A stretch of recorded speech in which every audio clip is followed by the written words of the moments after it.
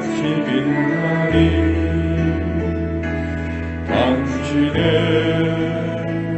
의견선이 전국에서 해같이 빛나리. 당신의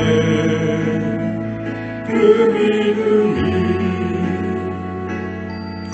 전국에서 해같이 빛나리. 당신의 그 충성이 전국에서 해같이 빛나리. 주님이 기억하시면 좋다니. 예수님 사랑으로 가득한 곳을 전사로 흠모하는 아름다운 그곳을 전국에서 해같이 빛나리.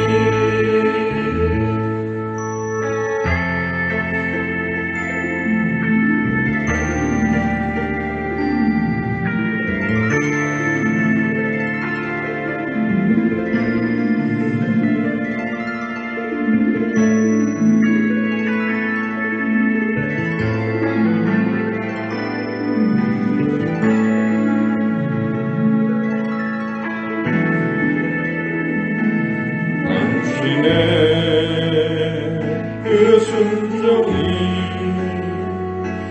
전국에서 해같이 빛나리. 당신의 그 사랑이 전국에서 해같이 빛나리. 당신의 그 찬송이 전국에서 해같이 빛나리. 당신의 그 헌신이 전국에서 해같이 빛나리. 주님이 기억하시면 좋다니. 불타는 사명으로 가득 찬 곳을 천사도 흠모하는 아름다운 그곳을 전국에서 해같이 빛나리. 주님이 기억하시면 좋다니. 예수님 사랑으로 가득한 곳을 전사도 흠모하는 아름다운 그곳을 전국에서 해같이 빛나리. 전국에서 해같이 빛나리. 전국에서 해같이 빛나리.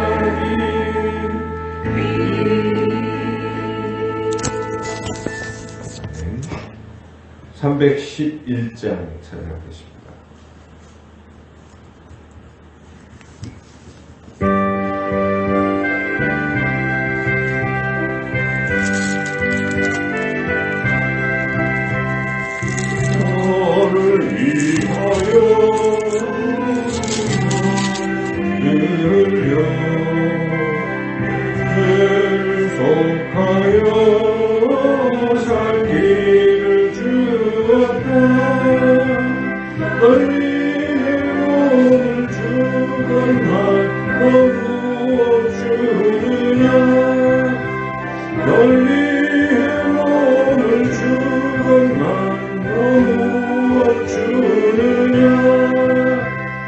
아버지 보좌와 그 영광 떠나서 밤같은 세상에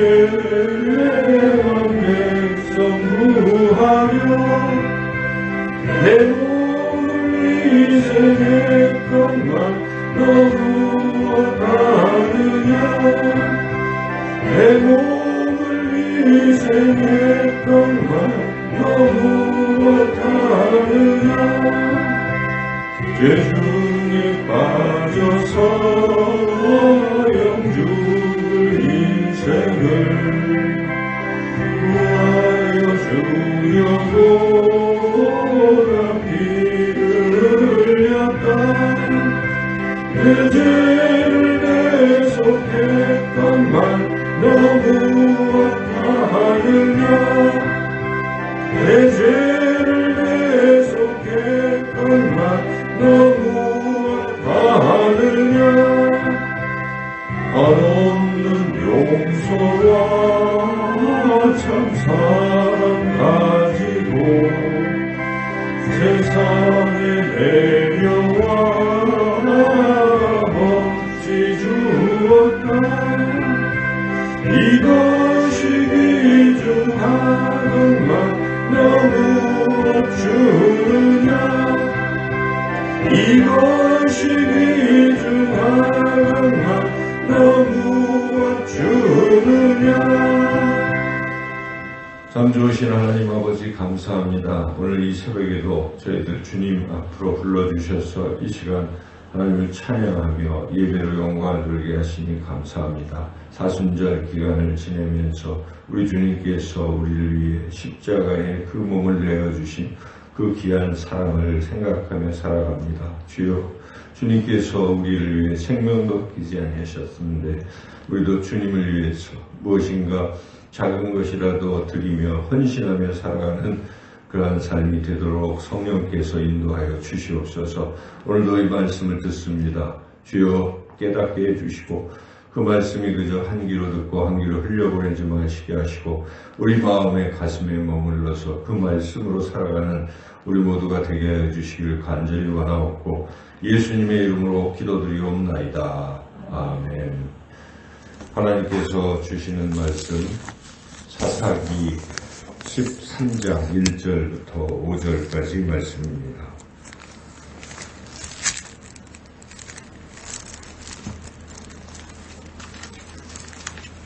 사사기 13장 1절부터 5절까지 말씀 7절까지 말씀입니다. 7절 한 절씩 교독하겠습니다. 이스라엘 자손이 다시 여호와의 목전에 악을 행하였으므로 여호와께서 그들을 40년 동안 블레셋 사람의 손에 넘겨주시니라. 땅의 반지파의 가족 중에 마누아나 이름하는 자가 있더라. 그의 아내가 임신하지 못함으로 출산하지 못하더니 여호와의 사자가 그 여인에게 나타나서 그에게 이르시되 보라 네가 본래 임신하지 못함으로 출산하지 못하였으나 이제 임신하여 아들을 낳으리니 그러므로 너는 자녀와 포도주 가죽주를 마시지 말며 어떤 부정한 것도 먹지 말지니라. 보라 내가 임신하여 아들을 낳으리니 그의 머리 위에 삭도를 대지 말라. 이 아이는 태에서 나옴으로부터 하나님께 바쳐진 나실인이 됨이라. 그가 블레셋 사람의 손에서 이스라엘을 구원하기 시작하리라 하시니 이에 그 여인이 가서 그의 남편에게 말하되 남편의 사람을 내게 보내니 그의 모습이 하나님의 사자의 눈 같아서 길이 들어오므로 여기서부터 그들을 가지고 지냈고 그 사이에 그에게 이르지 않게 하시되 예, 함께 읽겠습니다. 그가 내게 이르기를 보라 네가 임신하여 아들을 낳으리니 이제 포도주와 독주를 마시지 말며 어떤 부정한 것도 먹지 말라. 이 아이는 태에서부터 그가 죽는 날까지 하나님께 바쳐진 나실인이 됨이라 하더이다 하니라. 아멘. 사사기 이제 13장 말씀인데요. 3장부터 16장까지 여러 사사들에 대한 그런 이야기들이 기록되어 있습니다. 이제 오늘 본문이 시작되는 13장에서 16장까지는 그 유명한 사사 삼손 이야기입니다. 지금 읽은 이 본문은 사사 삼손이 어떻게 세상에 태어났는가 하는 그런 부분이죠.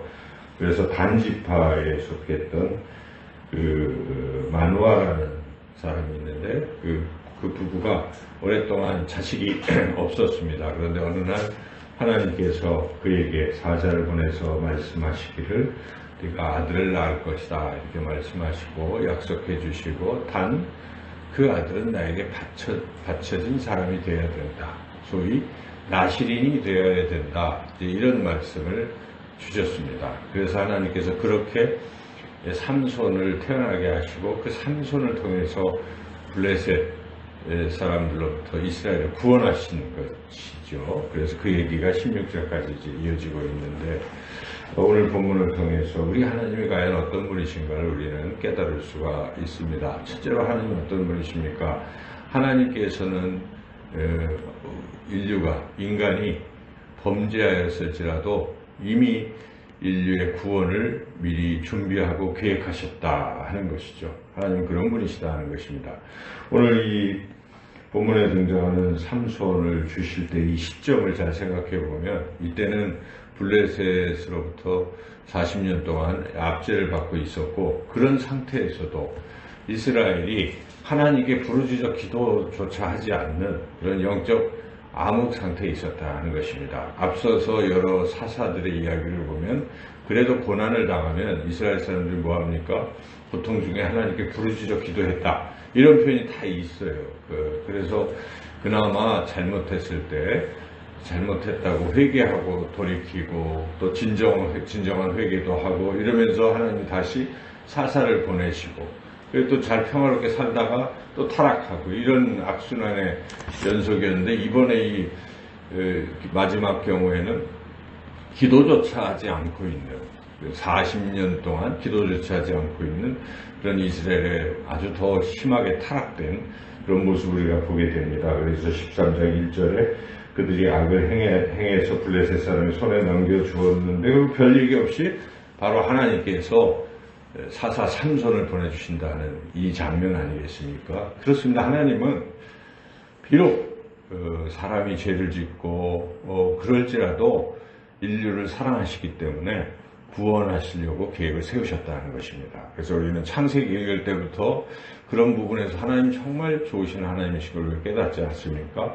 아담과 하와를 하나님 만들어주시고 그 에덴 동산에서 이렇게 잘 살게 해주셨고 단 하나 선악을 알게 하는 나무의 열매는 먹지 말라 이렇게 명령하셨음에도 불구하고 그들은 또 범죄했어요. 범죄하고 하나님이 찾으실 때 저희가 잘못했습니다 이래야 되는데 어땠습니까?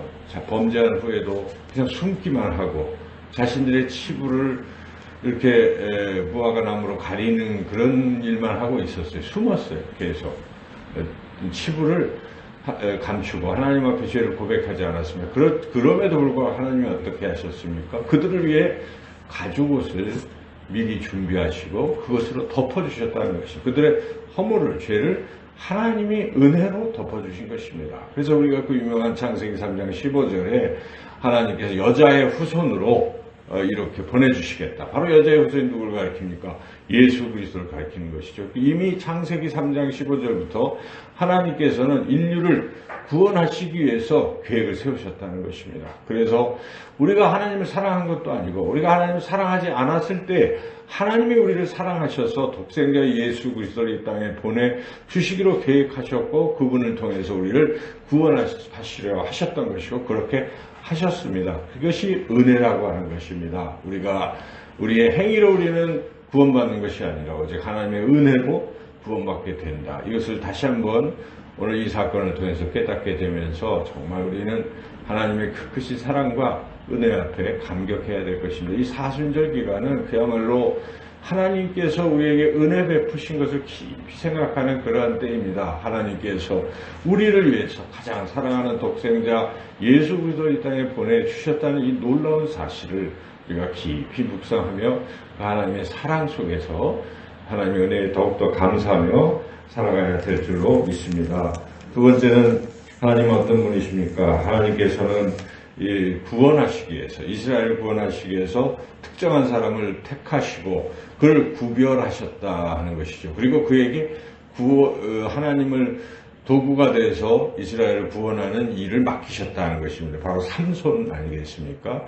이렇게 하나님께서 삼손을 특별히 택하시고 그를 이렇게 나시린으로 거룩하게 구별하시고 결국은 하나님이 원하시는 그 일을 시키시려고 그렇게 했다는 것이죠. 삼손을 특별히. 그래서 삼손이 힘이 세졌고 그 힘으로 블레셋을 이렇게 물리치고 이스라엘을 구원해냈습니다. 그것입니다. 하나님께서 우리를 특별히 많은 사람들 중에서 우리를 특별히 택하신 거 아니겠습니까? 세상 많은 사람 중에서 왜 하필 하나님께서 나를 이렇게 하나님의 자녀로 택해 주셨을까? 그리고 하나님께서 나를 또 충성되이 여겨서 또 몸된 교회의 직분자로 왜 나를 세워주셨는가? 여러분, 그 깊이 생각해야 되는 것입니다. 특별한 것입니다. 하나님을 특별히 너는 내 것이다. 내가 너를 지명하여 불렀다. 너는 내 것이다. 라고 특별히 하나님 택하셨고, 그렇게 하신 목적이 있다는 것을 우리가 잊어서는 안 되죠. 그 목적은 무엇입니까? 하나님의 일을 하게 하시려고 특별히 많은 사람 중에 우리를 구원하신 것입니다. 택하신 것입니다. 그래서 우리를 통해서 아직도 예수님을 믿지 않는 영혼들을 구원하게 하려는 이 중차대한 사명을 맡겨주셨다는 것. 이것을 잊으면 안 된다는 것입니다. 우리가 본문을 다 읽지는 못하지만은 16절까지 여러분들이 묵상하며 읽어보면 삼손의 잘못이 무엇입니까? 이거 잊어버린 것입니다.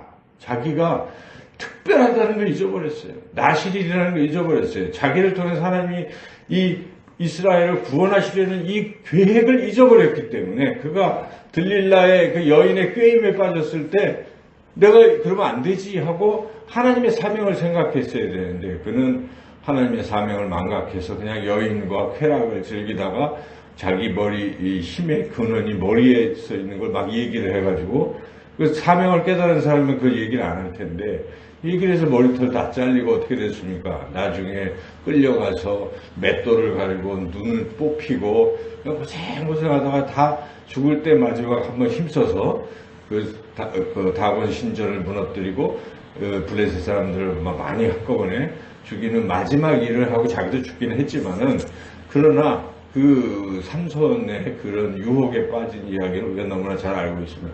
왜 유혹에 빠집니까? 우리가 그리스도인으로서 하나님의 자녀인데도 왜 유혹에 빠질까요? 하나님이 나를 택하셨다는 걸 잊어버리고 하나님 내게 사명 주셨다는 것을 잊기 때문에 그렇습니다. 우리는 사명자입니다. 특별히 교회에 우리가 이렇게 부르심 받고 이 몸된 참된 제자의 중직자로 부르심을 받았을 때는 하나님 우리에게 특별한 사명을 주신 것입니다. 그래서 우리가 그 사명을 절대로 망각해서는 안 된다. 하나님이 우리를 쓰실 것이다 하는 그런 생각을 가지고 더욱더 우리가 헌신하고 충성 봉사를 해야 되겠습니다. 셋째로 하나님은 어떤 분이신가? 하나님은 구별돼서 하나님께 헌신되기를 원하신다는 것이죠. 물론 하나님의 일을 하는 것도 또 중요하지만 하나님께 바쳐진 존재라는 것을 잊어서는 안 됩니다. 나는 하나님께 바쳐졌다. 나시린이다. 그래서 사도 바울은 로마서를 보면 1장에서 11장까지 예수님의 십자가로 우리를 구원하셨다. 은혜로 구원하셨다는 걸 쭉 얘기를 한 다음에 12장에 어떻게 시작하면 그러므로 너희는 이제 거룩한 산제물로 하나님께 드리라. 이는 너희들 영적 예배니라. 이렇게 명령하고 있지 않습니까? 그래서 우리가 구원받았어요. 선택받았어요. 그렇다면 우리는 하나님께 거룩하게 구별돼서 산 제물로 드려지는 존재다. 하나님께 드려지는 존재다. 이 오늘 본문에 나시린이라고 이렇게 규정을 하고 있지 않습니까? 나시린은 구별됐다는 뜻이에요. 그리고 하나님께 바쳐졌다는 뜻입니다. 그러므로 우리도 늘 나는 하나님께 헌신된 사람이구나. 하나님께 헌신해야 될 사람, 바쳐진 존재다 하는 것을 잊어서는 안 된다 하는 것이죠. 그렇다면 하나님께 바쳐진 구별된 사람은 어떻게 살아야 되는가? 오늘 본문에 이 나시린은 원래 세 가지인데 첫째는 포도주, 독주 이런 거 마시지 말라.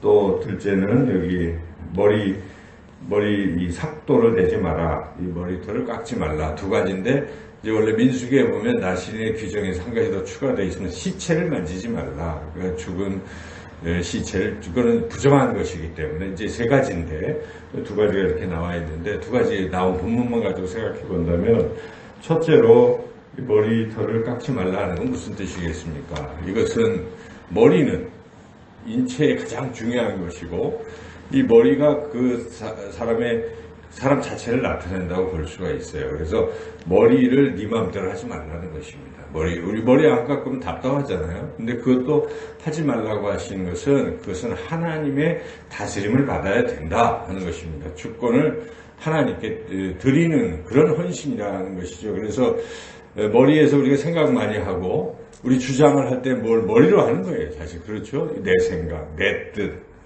이런 것들을 버리라는 것입니다. 여러분, 그리스도인이 됐다는 것은 내가 죽는 것입니다. 사도 바울은 갈라디아서 2장 20절에 내가 이제 그리스도와 함께 십자가에 못 박혀 죽었나니 그런즉 이제는 내가 사는 것이 아니요 오직 내 안에 그리스도께서 사시는 것이라. 이런 신앙 고백, 또 이런 믿음을 가지고 우리가 살아야 돼요. 어느 상태에서든지 주님, 나는 죽고 그리스도는 살고 예수님은 살고 그렇게 사는 것이 참된 그리스도인일 것입니다. 우리 예수님이 너희가 정말 나를 따라오려느냐, 나의 참된 제자로 살아가기를 원하냐, 무엇을 말입니까? 자기를 부인하고 라고 시작하고 있습니다. 자기를 부인하는 이것 없이는 우리가 참된 영적 나시린으로 살 수가 없는 것입니다. 하나님께 구별된 사람이라면 우리는 무엇보다도 내가 죽는 훈련부터, 내가 죽는 연습부터 해야 되는 것입니다. 항상 하나님, 저는 아무것도 아닙니다. 하나님 저에게 지혜를 주시고 저를 인도하여 주시고 하나님이 이끄시는 대로 가게 해 주시옵소서. 특별히 우리는 하나님 앞에 바쳐진, 또한 하나님이 지명하신 중직자라면 우리가 그런 마음으로 항상 내가 죽고 주님이 살아가는 그런 존재로 헌신되어야 한다는 것이고, 또 여기에 술과 이런 포도주를 마시지 말라는 것은 말 그대로입니다. 세상의 향락을 즐기지 말라는 것입니다. 이 포도주는 이 가나안 농경 문화의 대표적인 산물입니다. 그래서 이제껏 이스라엘 백성이 광야에서 무슨 포도주 이런 거 없었잖아요. 그러니까 그냥 만나 메추라기 이렇게 먹고 지내다가 가나안 땅에 들어가서 농사 짓기 시작하는데 가장 풍성한 게 포도나무예요. 포도 열매예요. 물론 그 포도나무 이거 먹을 수도 있겠지만 특별히 하나님께서 선택하시고 구별한 나실이 있는 그런 것도 하지 말라는 것입니다. 그러니까 가나안 농경 문화에 젖어들지 말라는 것, 세상 향락에 빠지지 말라는 것, 세상과 똑같이 살지 말라는 것이 하나님의 말씀인 것입니다. 우리는 구별되었어요. 특별히 우리가 하나님의 종으로, 하나님의 일꾼으로 부름받았다면 적어도 그 할 줄 알아야 되는 것입니다. 그래서 우리 대한민국 기독교 이 문화에서는 술 마시고 담배 이런 건 금하고 있어요. 특히 중직자들은 그 금하고 있는 것입니다. 여러분, 장로가 술 마시고 담배 피우고 그러면 교회에서도 말이 안 되는 것이고, 그리고 또한 세상 사람들이 볼 때도 웃어요. 아이고, 그러니까 교회가 전반적으로 수준이 그것밖에 안 된다고 생각하지 않겠어요? 누구를 욕되게 하는 것입니까? 하나님을 욕되게 하는 것입니다. 우리가 하나님의 일을 망령되게 일컫지 말라고 했는데 하나님의 이름을 높이며 살아야 되는데 우리의 삶 속에서 그런 모습이 있다면 안 되는 것이고, 더군다나 중직자는 그것은 절대 안 되는 것이죠. 그래서 여기에 있는 말 그대로 문자적으로 술, 담배 이런 것들 우리가 하지 말라 하는 것입니다. 금연하고 세상 향락을 멀리 해야 한다는 것입니다. 사도 바울은 로마서 6장에서 너희 몸을 죄의 그 병기로 드리지 말고 의의 병기로 드리라. 여러분, 우리가 자꾸 죄 짓는 것, 그래서 사탄의 그런 졸개가 되는 이런 삶을 반복하지 말고 끊어야 되는 것이고, 우리는 오직 하나님께 드려진 거룩한 영적 나시린으로 그렇게 살아가야 된다 하는 것이죠. 삼손의 실패를 늘 기억하십시오. 하나님이 주신 사명, 나신이라는 그 존재를 잊어버린, 그래서 결국은 그런 어려움을 겪었던 우리가 기억하고, 우리는 늘 기억하고 하나님인 세상 사람들 가운데 특별히 날 지명하여 부르시고 너는 거룩한 나의 자녀다라고 말씀하셨기에 우리가 영적 나시린으로 그렇게 살기로 결단하시고, 특별히 사순절 기간 기도하시면서 더욱 절제하시고 살아가시는 저와 여러분의 삶이 되시기를 주님의 이름으로 축원합니다.